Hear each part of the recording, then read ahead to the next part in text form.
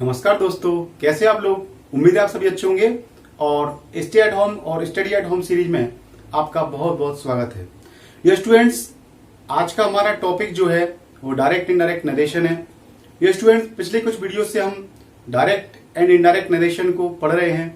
हमने ये समझ लिया है कि भाई डायरेक्ट नरेशन क्या होता है, इनडायरेक्ट नरेशन क्या होता है, और हम ये भी समझ चुके हैं कि डायरेक्ट नरेशन को जब हम इनडायरेक्ट नरेशन में चेंज करते हैं तो कुल कितने परिवर्तन करते हैं।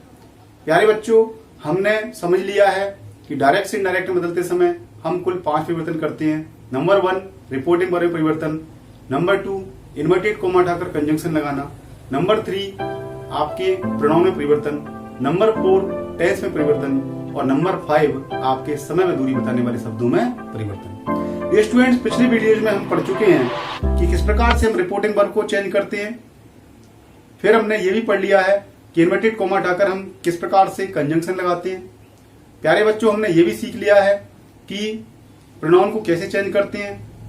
और हमने पिछले वीडियो में ये भी सीख लिया है कि हम डायरेक्ट से इनडायरेक्ट में जब बदलते हैं तो टेंस में परिवर्तन कैसे करते हैं। डियर स्टूडेंट्स, अब 5वां परिवर्तन जो है वो है समय में दूरी बताने वाले शब्दों में परिवर्तन। डियर स्टूडेंट्स, जब हम डायरेक्ट से इनडायरेक्ट में बदलते हैं तो 5वां और अंतिम परिवर्तन करते हैं समय में दूरी बताने वाले शब्दों में परिवर्तन। प्यारे बच्चों, समय में दूरी बताने वाले शब्दों में परिवर्तन में आपको विशेष कठिनाई नहीं आएगी। आप इन शब्दों से पहले से बहुत अच्छी तरीके से परिचित हैं, इसलिए आपको कहीं कोई दिक्कत नहीं आने वाली है। केवल आपको एक छोटी सी टेबल याद करनी है और उससे बिल्कुल क्लियर हो जाएगा कि डायरेक्ट से इनडायरेक्ट में बदलते समय हम समय दूरी बताने वाले शब्दों को कैसे परिवर्तित करते हैं। तो आइए बच्चों, उस टेबल को देखते हैं। उस टेबल को पढ़ने के बाद आपको समय में दूरी बताने वाले शब्दों में कोई समस्या नहीं आएगी। तो प्यारे बच्चों, देखिए बोर्ड पर, देखिए यहाँ लिखा हुआ है डायरेक्ट एंड इनडायरेक्ट नरेशन और यहाँ पर लिखा हुआ है समय में दूरी बताने वाले शब्दों में परिवर्तन। प्यारे विद्यार्थियों, इधर लिखा हुआ है डायरेक्ट नरेशन, उधर लिखा हुआ है इनडायरेक्ट नरेशन। देखिए, डायरेक्ट नरेशन में इस प्रकार के शब्द आते हैं, इनको हम इनडायरेक्ट नरेशन में इस प्रकार के शब्दों में बदल देते हैं। आइए बच्चों, पढ़ते हैं इसमें क्या लिखा हुआ है। प्यारे विद्यार्थियों, यहाँ पर लिखा हुआ है दिस। जब भी आपका दिस आएगा आप उसको डेट में बदल देंगे। किससे बदलेंगे? डेट में। अगर दीज आया हुआ है तो आप उसको दोज में बदल देंगे। अगर आपका नाउ शब्द आया हुआ है तो आप उसको दे में बदल देंगे। अगर उसमें एगो शब्द आया है तो आप उसको बिफोर में बदल देंगे। यदि किसी वाक्य में टुमारो आया हुआ है तो आप द नेक्स्ट डे या फॉलोइंग डे में चेंज कर देंगे। यदि उसमें यस्टरडे आया हुआ है तो आप उसको प्रीवियस डे में बदलेंगे। यदि उसमें लास्ट डे आया हुआ है तो उसको द प्रीवियस डे में बदल सकते हैं। टुडे आया हुआ है तो आप उसको डेट डे में बदलेंगे। यदि उसमें टू नाइट आया है तो डेट नाइट में बदलेंगे। यदि उसमें नेक्स्ट आया है तो आप उसको फॉलोइंग में बदलेंगे। और यदि उसमें 10 आया है तो उसको सो में बदलेंगे। यदि हेंस आया है तो देन से बदलेंगे और जस्ट आया है तो देन में बदलेंगे।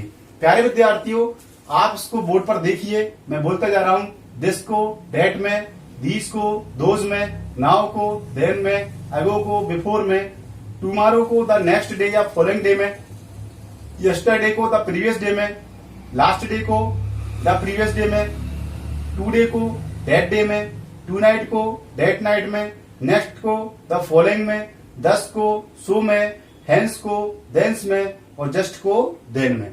प्यारे विद्यार्थियों, आप इसका स्क्रीनशॉट ले सकते हो जिससे कि आपको नोट करने में कोई दिक्कत ना आए। आप इसका स्क्रीनशॉट ले लीजिए। प्यारे विद्यार्थियों, अब ये टेबल होने के बाद हमारी जो तैयारी चल रही थी, प्यारे विद्यार्थियों, जो हमारी तैयारी चल रही थी जिसमें हम डायरेक्ट इनडायरेक्ट नरेशन में सीख रहे थे कि डायरेक्ट से इनडायरेक्ट में बदलते समय कुल 5 परिवर्तन किए जाते हैं। नंबर 1, रिपोर्टिंग वर्ब में परिवर्तन। नंबर 2, आपका इन्वर्टेड कोमा हटाकर आपका कंजंक्शन लगाना। नंबर 3, आपका प्रोनाउन चेंज करना। नंबर 4, आपके टेंस में परिवर्तन। और नंबर 5, आपका समय में दूरी बताने वाले शब्दों में परिवर्तन। ये 5 चीजें हमने समझ ली हैं, देख ली हैं और उनको हम चेंज करना भी सीख चुके हैं। लेकिन प्यारे बच्चों, अभी तक भी हमने डायरेक्ट से इनडायरेक्ट का एक भी उदाहरण नहीं पढ़ा है कि डायरेक्ट नरेशन का कोई वाक्य हमारे सामने आ गया तो आप उसको इनडायरेक्ट नरेशन में कैसे चेंज करेंगे। अभी तक हम केवल उसकी तैयारी कर रहे थे, पूर्व तैयारी कर रहे थे कि भाई इन चीजों को हमको आना चाहिए। अब प्यारे बच्चों, हम एक एक करके उदाहरण लेंगे और उनके आधार पर हम सीखेंगे कि वास्तव में डायरेक्ट से इनडायरेक्ट के वाक्य आएंगे तो हम उनको बदलेंगे कैसे। प्यारे विद्यार्थियों, डायरेक्ट इनडायरेक्ट में आपको एक बात और ध्यान रखनी है कि जिस प्रकार का वाक्य का प्रकार होता है उसी प्रकार से उसको बदलना पड़ता है। जैसे अफर्मेटिव सेंटेंस का डायरेक्ट इनडायरेक्ट वाला होगा तो आप उसको अलग तरीके से बनाओगे। अगर नेगेटिव का है तो उसका तरीका अफर्मेटिव की तरह रहता है। अगर इंट्रोगेटिव है तो उसका तरीका थोड़ा सा अलग हो जाएगा। इंट्रोगेटिव नेगेटिव है तो उसका तरीका इंट्रोगेटिव की तरह रहेगा। अगर ऑप्टेटिव है तो उसका तरीका अलग रहेगा। अगर एक्सक्लेमेटरी है उसका तरीका कुछ अलग रहेगा। और अगर इंपरेटिव सेंटेंस है तो उसका तरीका थोड़ा सा अलग रहेगा। तो प्यारे विद्यार्थियों, बात यह है कि जिस प्रकार का वाक्य आएगा उसी प्रकार के अनुसार आप उसको चेंज करोगे। तो इसलिए हमको क्रमानुसार सीखना है। सबसे पहले हम अफर्मेटिव सेंटेंस के उदाहरण लेंगे, फिर नेगेटिव के, फिर इंट्रोगेटिव के, फिर इंट्रोगेटिव नेगेटिव के, फिर आपके ऑप्टेटिव के, फिर आपके एक्सक्लेमेटरी के, और इसके बाद इंपरेटिव सेंटेंस के उदाहरण लेंगे। तो प्यारे बच्चों, आज हम अफर्मेटिव सेंटेंस के डायरेक्ट से इनडायरेक्ट परिवर्तन को सीखते हैं। तो आइए देखते हैं बोर्ड पर।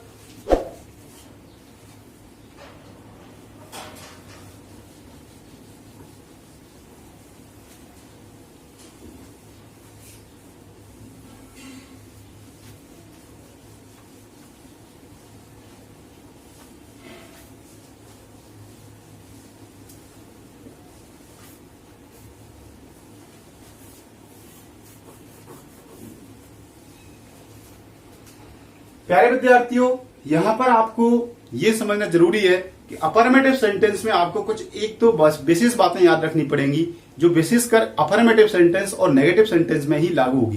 प्यारे बच्चों, एक बात और यहां बता देते हैं आपको कि अफर्मेटिव सेंटेंस और नेगेटिव सेंटेंस को संयुक्त रूप से जॉइंट रूप में असर्टिव सेंटेंस कहा जाता है। यदि आपको किसी ने असर्टिव सेंटेंस बोल दिया तो प्यारे बच्चों उसमें अफर्मेटिव भी शामिल है और उसमें नेगेटिव सेंटेंस भी शामिल है। तो आपको ध्यान रखना है कि असर्टिव सेंटेंस का मतलब यह है कि अफर्मेटिव सेंटेंस हो और चाहे वो नेगेटिव सेंटेंस हो, वो असर्टिव कहलाएगा। तो आपके असर्टिव सेंटेंस जो है वो एक तरह का व्यवहार करते हैं। तो जो हम अफर्मेटिव सेंटेंस सीखने जा रहे हैं उसमें हमको एक विशेष बात याद रखनी है, वो मैं आपके बोर्ड पर लिख रहा हूं, उसको जरूर ध्यान रखना है क्योंकि ये बात केवल अफर्मेटिव सेंटेंस में लागू होगी। और वो बात क्या है डियर स्टूडेंट्स? वो बात है आपके इन्वर्टेड कॉमा रिपोर्टिंग वर्ब में परिवर्तन पर ध्यान देना है आपको। पहले तो हम टॉपिक डाल लेते हैं अपना अफर्मेटिव सेंटेंस, ताकि आपको याद रहे कि ये किस में परिवर्तन होने जा रहा है, ये नियम किसका है वो आपको याद रहेगा। वाक्य का प्रकार है अफर्मेटिव।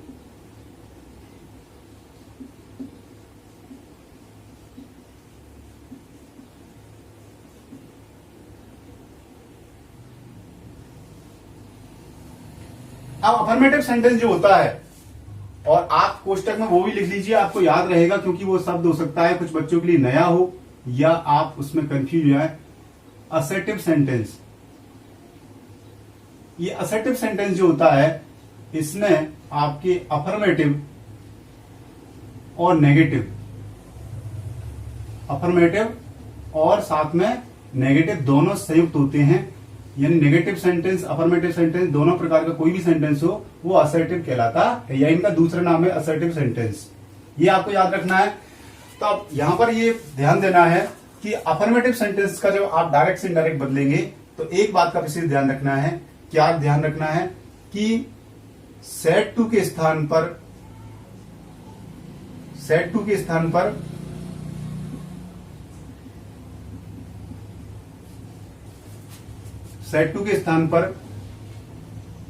टोल्ड लिखेंगे,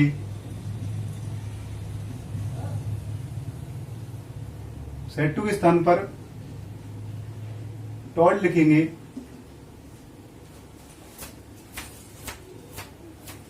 सेट टू के स्थान पर टोल्ड लिखेंगे यदि रिपोर्टिंग वर्ब के साथ ऑब्जेक्ट दे रखा है।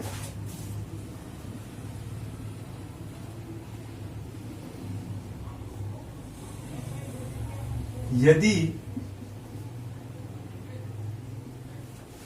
ऑब्जेक्ट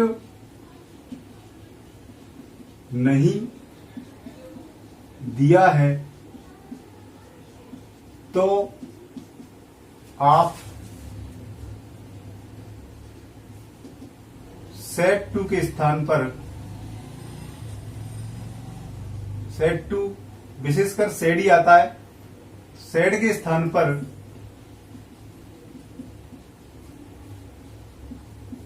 सेड ही लिखेंगे।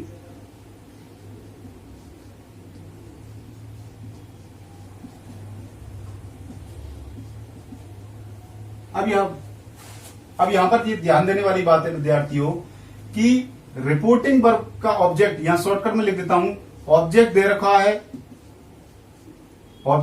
रखा है तो सेड को बदलेंगे और नहीं दे रखा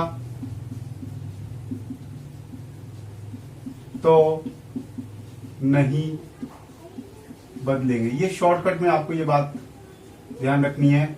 कहने का मतलब ये है प्यारे बच्चों कि यदि रिपोर्टिंग वर्ब का ऑब्जेक्ट दे रखा है तो आप सेड के स्थान पर टोल्ड लिखते हैं, और यदि रिपोर्टिंग वर्ब का ऑब्जेक्ट नहीं दे रखा तो आप उसको बिल्कुल भी नहीं बदलेंगे, वैसा का वैसा लिख देंगे। प्यारे विद्यार्थियों, आप इस नियम का स्क्रीनशॉट ले लीजिए जिससे कि आपको दिक्कत ना आए। आप इसका स्क्रीनशॉट ले लीजिए, ये बहुत महत्वपूर्ण नियम है, लेकिन ये नियम केवल अफर्मेटिव सेंटेंस में लागू है और नेगेटिव सेंटेंस में। बाकी सब में तो आपको सेड को बदलना ही है, चाहे ऑब्जेक्ट दे रखा हो और चाहे ना दे रखा हो। दोबारा से मैं बोल देता हूं, आप इसका नोट करते चलिए कॉपी में या स्क्रीनशॉट में लेते चलिए। और बात यह है कि सेड के स्थान पर आप टोल्ड लिखेंगे, सेड के स्थान पर आप टोल्ड लिखेंगे यदि उसमें रिपोर्टिंग वर्ब में ऑब्जेक्ट दे रखा है तो। यदि ऑब्जेक्ट नहीं दे रखा तो आप उसको चेंज नहीं करेंगे, उसको वैसे का वैसा लिख देंगे। या शॉर्टकट में हम कह सकते हैं यदि ऑब्जेक्ट दे रखा है तो बदलेंगे, नहीं दे रखा तो नहीं बदलेंगे। लेकिन ये नियम केवल अफर्मेटिव में लागू है, अफर्मेटिव नेगेटिव में लागू है। यहां पर ये बात लिख लीजिए, ये नियम केवल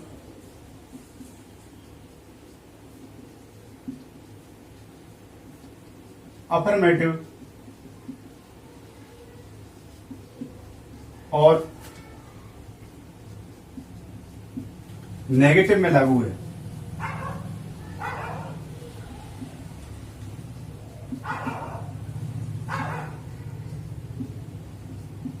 प्यारे विद्यार्थियों, ये नियम केवल अफर्मेटिव और नेगेटिव सेंटेंस में लागू है। कहने का मतलब ये है यदि आपका रिपोर्टिंग वर्ब का ऑब्जेक्ट दे रखा है तो सेड टू के स्थान पर टोल्ड लिखेंगे, यदि ऑब्जेक्ट नहीं दे रखा है तो सेड के स्थान पर सेड ही लिखेंगे। और ये नियम केवल अफर्मेटिव नेगेटिव में लागू है, बाकी सब में तो आपको बदलना ही है। चाहे इंट्रोगेटिव सेंटेंस हो, चाहे इंट्रोगेटिव नेगेटिव हो, चाहे आपका ऑप्टेटिव हो, चाहे एक्सक्लेमेटरी हो, चाहे इंपरेटिव हो, उनमें तो आपको बदलना ही है, चाहे ऑब्जेक्ट दे रखा हो चाहे नहीं दे रखा हो। केवल आपको अफर्मेटिव नेगेटिव सेंटेंस में देखना है कि वहां पर यदि ऑब्जेक्ट दे रखा है तो सेड के स्थान पर टोल्ड करेंगे, और नहीं दे रखा तो सेड को वैसा का वैसा लिख देंगे, यानी सेड के स्थान पर सेड ही लिख देंगे। ये बड़ी इंपॉर्टेंट बात थी जो आपको बतानी थी। अब प्यारे बच्चों, हम जल्दी से एक वाक्य ले ही लेते हैं, काफी दिन हो गए इनके नियमों को बताते बताते, और अब आप भी बेचैन हो गए होंगे कि एक दो उदाहरण तो दिए जाएं जिससे कुछ समझ में आए। अभी तक तो हवाई बातें हो रही हैं। प्यारे बच्चों, अब बिल्कुल धरातल पर जाते हैं और हम देखते हैं कि वास्तव में आपके वाक्य किस प्रकार से डायरेक्ट नरेशन के आते हैं और आपको इनडायरेक्ट नरेशन में कैसे चेंज करना है। एक उदाहरण लेते हैं प्यारे बच्चों। यहाँ एक वाक्य है, Ram said to me I am reading this book। प्यारे बच्चों, ये आपका डायरेक्ट नरेशन का उदाहरण है, इसको आपको इनडायरेक्ट नरेशन में चेंज करना है। यहां पर मैं लिख देता हूं ताकि आप भविष्य में कभी देखोगे तो आपको बड़ी सुविधा रहेगी। ये डायरेक्ट नरेशन का उदाहरण है। अब हम जिसको चेंज करने जा रहे हैं वो इनडायरेक्ट नरेशन का उदाहरण होगा। कैसे? देखो, यहां पर कोई परिवर्तन नहीं करते हैं, इधर सिर्फ और सिर्फ एक ही परिवर्तन किया था। यहां ध्यान रखना प्यारे बच्चों, जब डायरेक्ट से इनडायरेक्ट में बदलेंगे तो इधर की तरफ सिर्फ एक ही चीज बदलेगी, वो है रिपोर्टिंग वर्ब। अब आपको ये बात तो समझ में आ चुकी है, पहले ही बता चुके हैं रिपोर्टिंग वर्ब क्या होती है और रिपोर्टेड स्पीच क्या होता है। इन्वर्टेड कोमा के अंदर, इस प्रकार के चिन्ह के अंदर जो वाक्य होता है, इधर का जो हिस्सा होता है उसको रिपोर्टेड स्पीच कहा जाता है और इधर जो क्रिया होती है उसको रिपोर्टिंग वर्ब कहा जाता है। तो प्यारे बच्चों, मैं आपकी सुविधा के लिए अभी फिलहाल आप चूंकि नए नए हैं इसलिए मैं यहां पर लिख देता हूं, ये आपकी क्या है, रिपोर्टिंग वर्ब है। प्यारे बच्चों, ये आपका क्या है, ये आपका रिपोर्टेड स्पीच है। प्यारे बच्चों,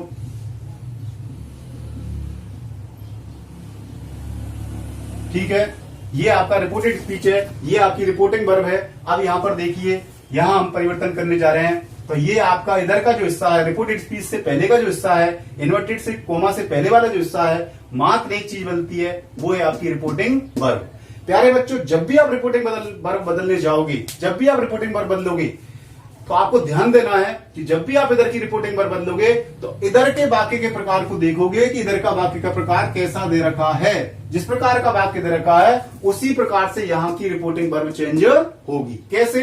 देखिए, हम यहां पर इसको बदलने जा रहे हैं सेट टू को। तो प्यारे बच्चों, यहां पर देखिए, यहां देखिए, जब आप इधर परिवर्तन करने जा रहे हैं तो आप इधर देखोगे। ध्यान देना, जब आप लेफ्ट साइड में परिवर्तन करने जा रहे हैं तो आप राइट साइड में देखने जाओगे। कहने का मतलब ये है, यानी इधर परिवर्तन करने जा रहे हैं तो इधर वाक्य का प्रकार देखोगे कि इधर किस प्रकार का वाक्य दे रखा है। प्यारे बच्चों, यहां लिखा हुआ है आई am reading this book, I am reading this book. प्यारे बच्चों, ये साधारण अर्थ देने वाला वाक्य है, इसलिए अफर्मेटिव सेंटेंस है। और ये अफर्मेटिव सेंटेंस है तो आपको टेबल लिखवाई है, रिपोर्टिंग वर्ब की टेबल, उसमें बता रखा है यदि अफर्मेटिव सेंटेंस आया है तो सेट टू के स्थान पर टोल्ड लिखते हैं। तो हम यहां पर लिख देंगे टोल्ड। क्या लिख देंगे?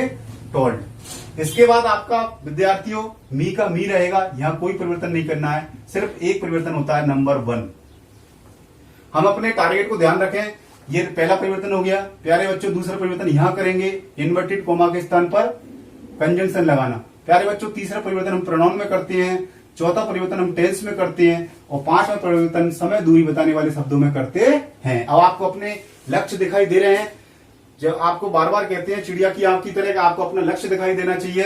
प्यारे बच्चों, अब आपको लक्ष्य दिख रहा होगा आपका कि रिपोर्टिंग वर्ब तो आपकी बदल गई है। अब दूसरा नंबर किसका है? दूसरा नंबर आपका क्या है? दूसरा नंबर है आपका इन्वर्टेड कोमा हटाकर कंजंक्शन लगाना। तो इन्वर्टेड कोमा हटाकर कंजंक्शन लगाने से पहले प्यारे बच्चों इधर का वाक्य का प्रकार देखेंगे, इधर जाके देखना है किस प्रकार का वाक्य दे रखा है। अगर अफर्मेटिव है तो आप कंजंक्शन के रूप में क्या लगाएंगे? डेट लगाएंगे। अब ये कैसे पता चला? प्यारे बच्चों, आपको हमने बताया था टेबल में कि अगर अफर्मेटिव सेंटेंस है तो कंजंक्शन में आपके इन्वर्टेड कोमा के स्थान पर डेट लगता है, नेगेटिव में भी डेट लगेगा। अगर इंट्रोगेटिव सेंटेंस है तो आपको मालूम होना चाहिए क्या लगता है। अब जरा सोचिए, आप मेमोरी पर जोड़ दीजिए। अगर आपने टेबल याद की है तो आपको याद आ जाएगा और याद नहीं की है तो प्यारे बच्चों याद नहीं आएगा। अब गलती किसकी है? गलती आपकी है। आप उन टेबल को याद कर लो, याद करने के बाद ही यहाँ पर समझ में आएगा। अगर आपने पहले चीजें जो बताई हैं पिछले वीडियोज में, अगर उनको याद नहीं किया तो यहाँ आपको बहुत दिक्कत आने वाली है। तो प्यारे बच्चों, कोई बात नहीं, अगर याद नहीं किया है तो याद कर लीजिए, फिर आप इनको देखेंगे इन वीडियोज को तो आपको ज्यादा समझ में आएगा। अब देखिए प्यारे बच्चों, यहाँ पर इन्वर्टेड कोमा के स्थान पर हम जो वाक्य इन्वर्टेड कोमा के स्थान पर कंजंक्शन लगाने जा रहे हैं, यहाँ पर वाक्य का प्रकार देखिए, यहाँ दे रखा है अफर्मेटिव, इसलिए यहाँ पर क्या लगा देंगे? यहाँ पर लगा देंगे डेट। ठीक है, ये आपका दूसरा परिवर्तन हो गया प्यारे बच्चों। तीसरा परिवर्तन देखिए, तीसरा परिवर्तन क्या होता है? प्रोनाउन में परिवर्तन। किसमें परिवर्तन? प्रोनाउन में परिवर्तन। प्यारे बच्चों, एक स्पेशल वीडियो बनाया था प्रोनाउन परिवर्तन का, देखिए इसका सीधा तरीका ये है, जिसको बदल रहे हैं उसके तीनों रूप लिख लो। प्यारे बच्चों, अभी मैं रब वर्क बता रहा हूं आपको यहाँ पर नीचे, जिसको बदल रहे हैं उसके तीनों रूप लिखिए। अब देखो हम किसको बदल रहे हैं? आई को बदल रहे हैं। प्यारे बच्चों, ये हमारा टारगेट आई है, तो आई को बदल रहे हैं तो उसके तीनों रूप लिखो, आई, माई, मी। अब देखिए यहाँ पर नियम याद रखने हैं। फर्स्ट पर्सन, अब आपको यहाँ पर वो सन याद आ जाना चाहिए तुरंत, SON। सन का मतलब S मतलब सब्जेक्ट, O का मतलब ऑब्जेक्ट और N का मतलब नो चेंज। प्यारे बच्चों, आपके पास वो चीजें दी जा चुकी हैं, आपको बताई जा चुकी हैं, अब आपको सिर्फ उनको यूज करना है। फर्स्ट पर्सन यहाँ 1 2 3 लिख देते हैं, 1 2 3। प्यारे बच्चों, 1 2 3 का मतलब क्या हुआ? सब्जेक्ट के अनुसार, जो फर्स्ट पर्सन है वो सब्जेक्ट के अनुसार फर्स्ट पर्सन है, ये फर्स्ट पर्सन ही है। आई, माई, मी फर्स्ट पर्सन होता है तो सब्जेक्ट के अनुसार। अब प्यारे बच्चों, सब्जेक्ट क्या है? राम। राम की जगह क्या मान लेंगे?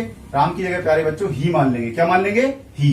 तो यहां पर ही के तीनों रूप लिख दो, ही, हिज और हिम। प्यारे बच्चों आपको बताया था कि जिसको बदल रहे हैं उसके तीनों रूप लिख लो, जिसके अनुसार बदलना है उसके तीनों रूप लिख लो। अब देखिए प्यारे बच्चों, यहां पर हम किसको चेंज कर रहे हैं, हम ही को, आई को चेंज कर रहे हैं। तो आई के स्थान पर आई के साथ कौन सा शब्द मैच हो रहा है, ही मैच हो रहा है, इसलिए यहां पर हम क्या लिख देंगे, ही लिख देंगे। आगे चलिए विद्यार्थियों, आगे आपका परिवर्तन अगला जो है नंबर 4 आपका टेंस में परिवर्तन। नंबर 4 क्या है आपका, टेंस में परिवर्तन। यहां पर दे रखा है एम। एम का मतलब क्या हुआ प्यारे बच्चों, एम का मतलब हुआ एजेएमआर, यानी आपकी प्रेजेंट कंटिन्यूस। प्यारे बच्चों प्रेजेंट कंटिन्यूस किस में बदलते हैं, पास्ट कंटिन्यूस में बदलते हैं, इसलिए एजेएमआर की जगह क्या आ जाएगा, बाज या बर। तो ही के साथ क्या आएगा बेटा, ही के साथ आ जाएगा बाज। इसके बाद रीड की चौथी फॉर्म रीडिंग आ जाएगी।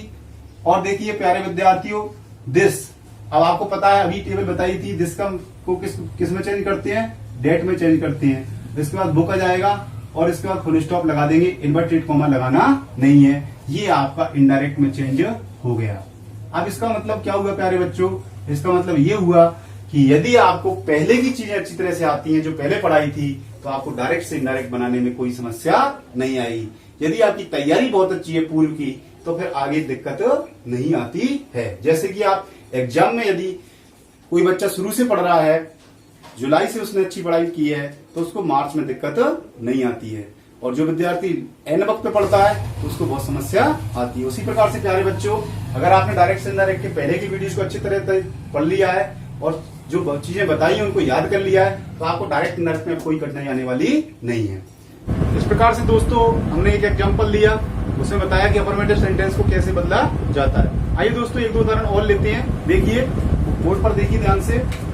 सपोज करो ये वाक्य दे रखा है, हाँ डियर स्टूडेंट्स, ये आपके लिखा हुआ है, Sita said to me I am reading this book. प्यारे बच्चों उसको हमको ट्रांसलेट करना है या इसको हम इनडायरेक्ट में बदलना है। तो देखिए यहां पर जब भी आप डायरेक्ट से इनडायरेक्ट में बदलेंगे, आपको शुरू से बता रखा है कि आप 5 चीजों को अपने दिमाग में रखेंगे, 5 आपके टारगेट होने चाहिए। नंबर 1 विद्यार्थियों क्या है, रिपोर्टिंग वर्ब। नंबर 2 क्या है, आपका इन्वर्टेड कॉमा हटाकर कंजंक्शन लगाना। नंबर 3 क्या है, प्रोनाउन को चेंज करना। नंबर 4 क्या है, आपके टेंस को चेंज करना। और नंबर 5 क्या है प्यारे विद्यार्थियों, नंबर 5 है आपका समय में दूरी बताने वाले शब्दों में परिवर्तन। तो जब भी आप डायरेक्ट इनडायरेक्ट बदलने जा रहे हैं, आपके दिमाग में जिस प्रकार से पंजाबियों के पंज प्यारे होते हैं, पंज प्यारे कहते थे, पंजाबियों में पंज प्यारे होते थे और जो है वो 5 चीजों को अपने पास रखते हैं, वैसे ही आपको डायरेक्ट इनडायरेक्ट जब बदलाव कर रहे हैं तो आपको ध्यान रखना है कि आप 5 चीजों पर फोकस करेंगे। प्यारे विद्यार्थी देखिए, अब हमने ध्यान फोकस कर लिया है। सबसे पहली चीज तो ये आपकी रिपोर्टिंग वर्ब परिवर्तन। प्यारे बच्चों में इसको बॉक्स में कर देता हूं, ये रिपोर्टिंग वर्ब है, आपको शुरू में बताना पड़ रहा है, वैसे आपको सबसे पहले एक्सप्लेन कर दिया था। ये रिपोर्टिंग वर्ब है प्यारे बच्चों, ये आपके क्या है, ये आपका क्या है, रिपोर्टेड स्पीच है प्यारे विद्यार्थियों। अब ये आपको ध्यान देना है, ये रिपोर्टिंग वर्ब है, सबसे पहले ये परिवर्तन होना है। जब भी आप इधर परिवर्तन करेंगे प्यारे विद्यार्थियों, इधर वाक्य के प्रकार को देखेंगे, किस प्रकार का वाक्य है, उसी प्रकार से इसमें बदलाव करेंगे। प्यारे विद्यार्थियों, यहां बदलाव से पहले यहां आपको देखना है कि इधर किस प्रकार का वाक्य दे रखा है। सपोज करो यहां पर अफर्मेटिव सेंटेंस है, तो यहां पर सेड टू के स्थान पर आप टोल्ड लिखोगे, टोल्ड लिखोगे प्यारे बच्चों। यदि यहां पर नेगेटिव सेंटेंस है तो यहां पर आप सेड टू के स्थान पर टोल्ड लिखोगे। यदि प्यारे बच्चों यहां इंट्रोगेटिव सेंटेंस है तो यहां पर आप आज लिखोगे। यदि इसमें इंट्रोगेटिव नेगेटिव है तो आप यहां पर आज लिखोगे। यदि यहां पर ऑप्टेटिव सेंटेंस है तो प्यारे बच्चों क्या लिखेंगे, यहां पर हम लिखेंगे विज्ड या प्रेड। अगर प्यारे विद्यार्थियों यहां पर आपका एक्सक्लेमेटरी सेंटेंस है तो आपको ध्यान देना पड़ेगा किस प्रकार का सेंस है। यदि यहां पर आहा या हुर्री दे रखा है तो आप इसको लिखोगे एक्सप्लेन विद जॉय। यदि इधर आपका लिख रखा है अलास तो आपको लिखना है एक्सप्लेन विद सोरो। यदि यहां पर दे रखा है आपका ओ व्हाट तो फिर आपको यहां पर एक्सप्लेन विद सरप्राइज लिखना है। तो ये एक्सक्लेमेटरी सेंटेंस के बारे में बताया। और यदि प्यारे बच्चों इधर कोई इंपरेटिव सेंटेंस है, इस रिपोर्टेड स्पीच में अगर इंपरेटिव सेंटेंस है तो आपको देखना पड़ेगा, यदि क्रिया की फर्स्ट फॉर्म दे रखी है तो आप इसको ऑर्डर में बदलोगी। यदि यहां पर सबसे पहले डोंट दे रखा है तो आपको यहां पर ऑर्डर रिफ्यूज लगाना है। और यदि यहां पर सबसे पहले प्लीज या काइंडली दे रखा है तो यहां पर आपको रिक्वेस्टेड लगाना है। तो प्यारे बच्चों क्या बात समझ में आई कि जब भी यहाँ पर आप रिपोर्टिंग बार बदलने जा रहे हो तो आप इधर के बाकी के प्रकार की देखोगे, इधर बाकी का प्रकार देखोगे, जिस प्रकार का बाकी प्रकार दे रखा है उसी के हिसाब से आप यहाँ पर रिपोर्टिंग वर्ब लगाओगे। प्यारे बच्चों यहाँ पर एक सिंपल सा सेंटेंस है, बिल्कुल इजी सेंटेंस है, सिंपल मीनिंग दे रहा है, ये अफर्मेटिव सेंटेंस है, इसलिए यहाँ पर सेट टू के स्थान पर क्या लगाएंगे, सेट टू के स्थान पर टोल्ड लगाएंगे। प्यारे बच्चों ये तो सीता का सीता ही रहेगा। इसके बाद देखिए ऑब्जेक्ट मी का मी रहेगा। इसके बाद देखिए आगे नंबर 2, अब आपका टारगेट आ चुका है। नंबर 2 टारगेट क्या है, इन्वर्टेड कोमा हटाकर क्या लगाते हैं, कंजंक्शन। तो इन्वर्टेड कोमा हटाकर कंजंक्शन लगाएंगे। तो देखिए जब भी आप कंजंक्शन लगाएंगे इन्वर्टेड कोमा हटाकर, प्यारे बच्चों उसी तरीके से आपको फिर यहां वाक्य का प्रकार देखना है। यदि अफर्मेटिव सेंटेंस दे रखा है तो यहां पर आप डेट लगाओगे, यदि इधर नेगेटिव सेंटेंस दे रखा है तो यहां पर कंजंक्शन के रूप में डेट लगाओगे।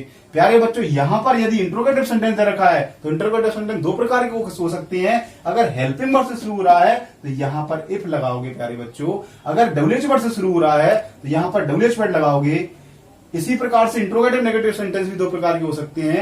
यदि ये हेल्पिंग वर्ड से शुरू हो रहा है तो आप यहां पर इफ या वेदर लगाओगे, और यदि डब्ल्यूएच वर्ड से शुरू हो रहा है तो यहां पर आप इन्वर्टेड कोमा के स्थान पर कंजंक्शन के रूप में डब्ल्यूएच वर्ड लगाओगे। इसी प्रकार से प्यारे बच्चों अगर ऑप्टेटिव सेंटेंस है तो आपको ध्यान देना पड़ेगा। अगर ऑप्टेटिव सेंटेंस है तो उसमें यदि कोई ग्रीटिंग दे रखी है तो फिर आप ये इन्वर्टेड कोमा के स्थान पर कुछ नहीं लगाओगे। जैसे सपोज करो गुड मॉर्निंग दे रखा है, गुड इवनिंग दे रखा है, तो यहां पर कुछ भी नहीं लगाओगे।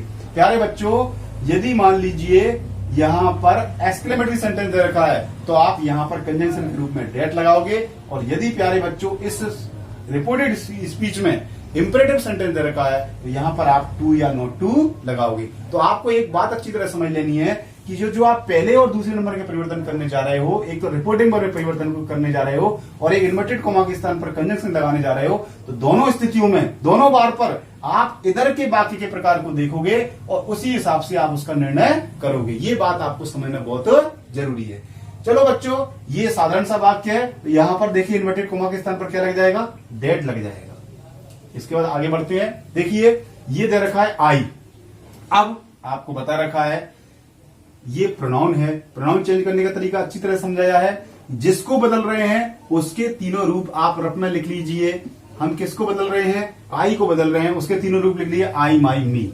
अब ये कौन सा पर्सन है प्यारे बच्चों, ये फर्स्ट पर्सन है। किसके अनुसार बदलेगा, सब्जेक्ट के अनुसार बदलेगा। किसके सब्जेक्ट के अनुसार बदलेगा, ये आपके रिपोर्टिंग वर्ब के सब्जेक्ट के अनुसार बदलेगा। यहां आपकी रिपोर्टिंग वर्ब है तो उसका सब्जेक्ट क्या है, आपका सब्जेक्ट है सीता। प्यारे बच्चों पहले ही बताया है यदि कोई पुरुष दे रखा है तो ही मान लेंगे, यदि कोई महिला दे रखी है तो सी मान लेंगे, और यदि एक से अधिक दे रखे हैं तो दे मान लेंगे। प्यारे बच्चों यहां पर एक महिला का नाम दे रखा है इसलिए क्या मानेंगे, सीता के स्थान पर सी मान लेंगे। तो प्यारे बच्चों ये क्या जाएगा यहां पर, सी, हर और हर। अब देखिए हम किसको चेंज कर रहे हैं, हम आई को चेंज कर रहे हैं। प्यारे बच्चों आई के साथ में फिर यहाँ कौन आ रहा है, यहाँ पर सी आ रहा है, इसलिए आपका आंसर क्या होगा, सी। ठीक है, ये प्रोनाउन चेंज करना आपको पहले ही बताया है, अब फिर रिवाइज करा दिया। आगे देखिए प्यारे बच्चों, ये देखिए एज एम आर क्या दे रखा है, is M are. As am are कौन सा टेंस हो गया, प्रेजेंट कंडीशन हो गया। प्यारे बच्चों प्रेजेंट कंडीशन को किस बदलते हैं, पास्ट कंडीशन बदलते हैं। यहाँ पर क्या जाएगा, बाज आ जाएगा। इसके बाद देखिए मेन वर्ब आपकी वही रहती है, फोर्थ फॉर्म। और इसके बाद देखिए प्यारे बच्चों हमारा 5वां टारगेट आ चुका है। और 5वां टारगेट क्या है, समय में दूरी बताने वाले शब्दों में परिवर्तन। प्यारे बच्चों दिस दे रखा है, इसको क्या बदलोगे, डेट में बदलोगे, ये आपका डेट आ जाएगा। और इसके बाद बुक लिख देंगे आप, फिर फुल स्टॉप लगा देंगे, इन्वर्टेड कॉमा हटा देते हैं, ये आपका इनडायरेक्ट स्पीच हो गया। प्यारे बच्चों आप बताइए इसमें कोई दिक्कत है क्या, मेरे विश्वास से तो दिक्कत नहीं होनी चाहिए। चलो एक और एग्जांपल ले लेते हैं प्यारे बच्चों, इनको साफ कर देते हैं, थोड़ा सा आपकी जगह हो जाएगी।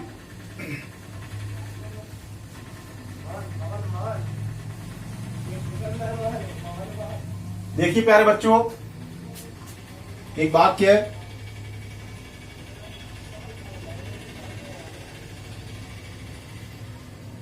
ये सेंटेंस बहुत इंपॉर्टेंट है आपकी सीखने की दृष्टि से।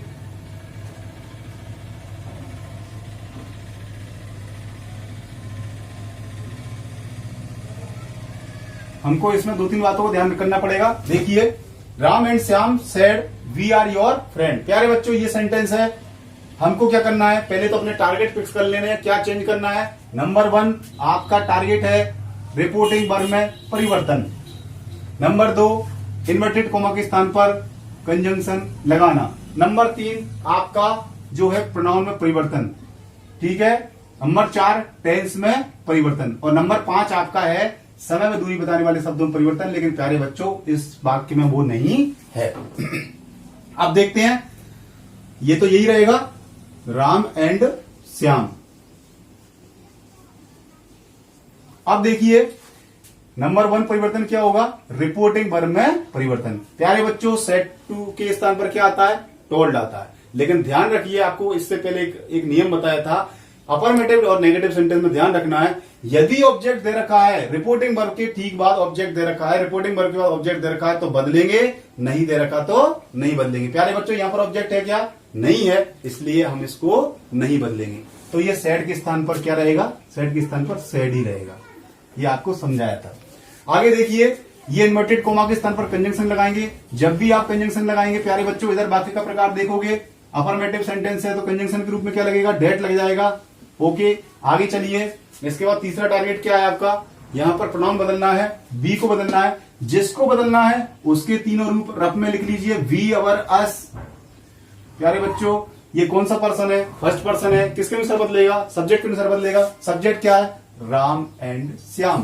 प्यारे बच्चों अभी आपको बताया था, यदि एक पुरुष का नाम हो, पुरुष यानी सिंगुलर का नाम, सॉरी, यदि आपके पुरुष का नाम है तो आप क्या लगाएंगे, ही लगाएंगे। यदि महिला का नाम है तो सी लगाएंगे, और यदि एक से अधिक नाम है तो क्या लगाएंगे, दे लगाएंगे। प्यारे बच्चों यहां पर एक से अधिक नाम है, इसलिए क्या मान लेंगे हम, दे मान लेंगे, और दे और देयर और देम।